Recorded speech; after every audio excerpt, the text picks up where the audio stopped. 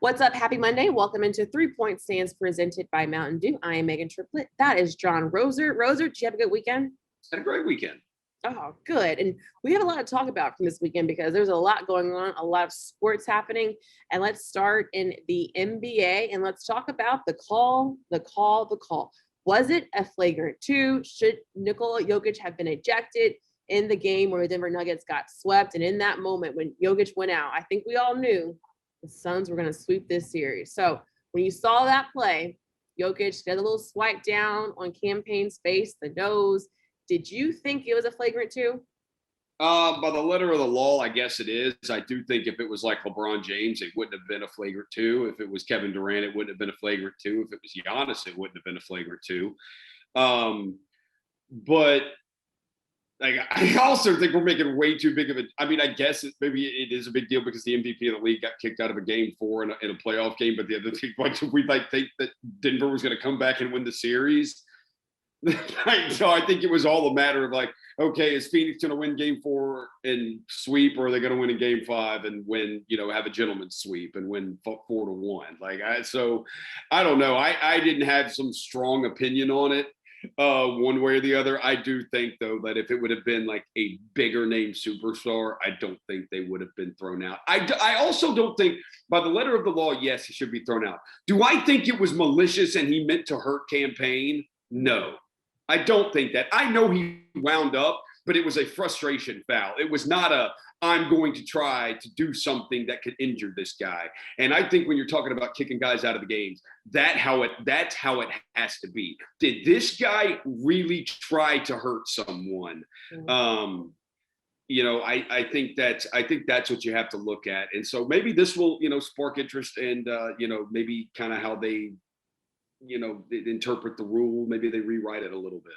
I mean, I think we always hope that they kind of rewrite some things when it comes to the rules in basketball, especially in these calls and these fouls.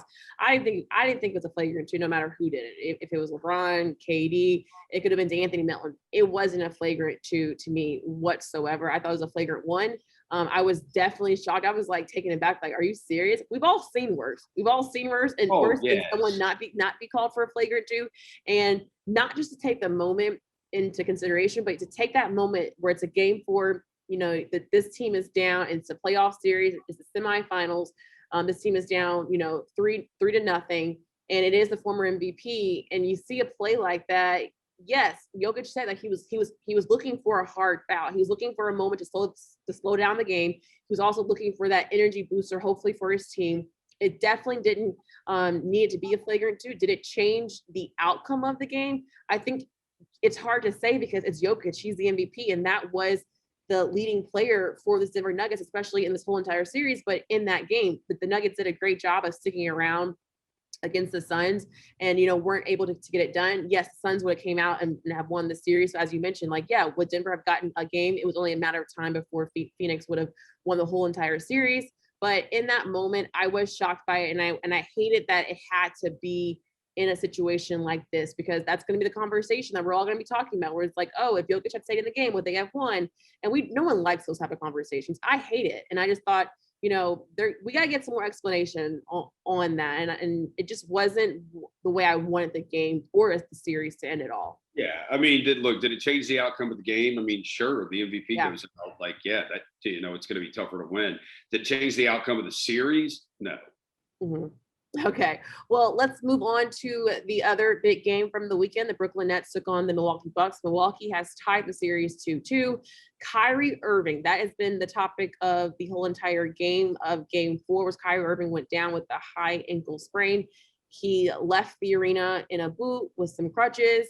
And now we have a series that's going to be quite interesting after Brooklyn went up and won the first 2 games. The Bucks able to get it done these 2 games at home. But what does this mean for Brooklyn, and what does this mean for the series if you don't have a healthy Kyrie? I think that's kind of grabbed the headlines.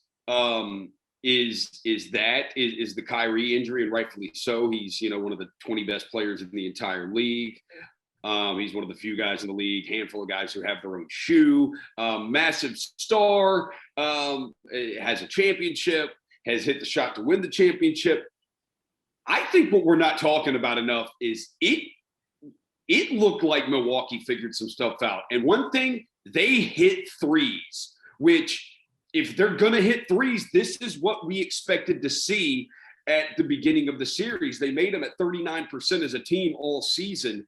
And I thought two of the players yesterday that mattered more than anything in that game, Giannis did what Giannis does, were PJ Tucker. Obviously, we talk about his defense on Kevin Durant, and he did a great job there.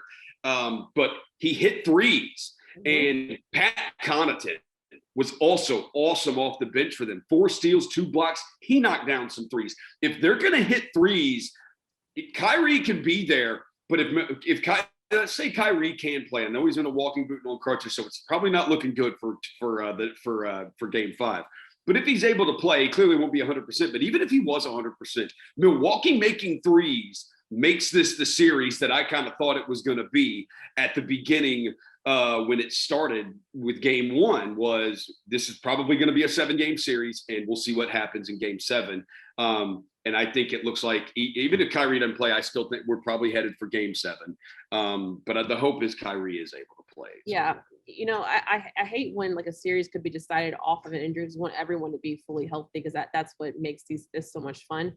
But for the Bucks, you're right. The Bucks have figured out some things. Even when Kyrie was, before he went down, the Bucks offense was there, and their defense. You talked about Connaughton, and in Game 3, it was Brook Lopez who had like 4 blocks in that victory.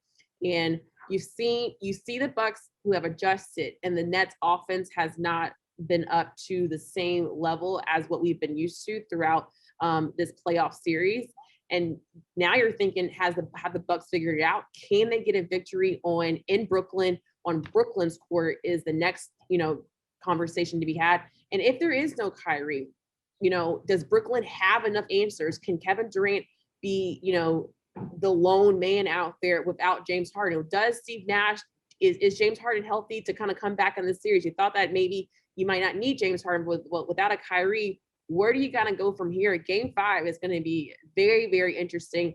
I got to give credit to the Bucks though. Like, I never saw it shaping out like this. I didn't think that they were going to be able to win 2 games at home and be able to tie the series up. And now what we have is what we thought it was going to be coming into the series, and it makes it so interesting. But I do hope Kyrie's okay. I do hope Kyrie, it didn't look like he looked like he was in a lot of pain, but I do hope Kyrie can come back. But it didn't seem like it. But it doesn't seem like it. That looked bad. That looked like a pretty bad ankle sprain. And so even if he does come back, he's not going to be anywhere close to 100%. No, look, here's the thing. Brooklyn still has home court advantage. And now you just start, it's a best of 3. It's a best of 3, and you've got 2 games potentially on your home court if you can get one of these next 2. You win, Game 5, you've got a chance to play a Game 7 on your home court if you can't close it out in 6. And role players typically play better at home. I think one guy that is going to be massive in Game 5 is Joe Harris. Because these road games, he just was like, where were you? Like you can get any open shot out there because of the attention that the others require, and you just non-existent.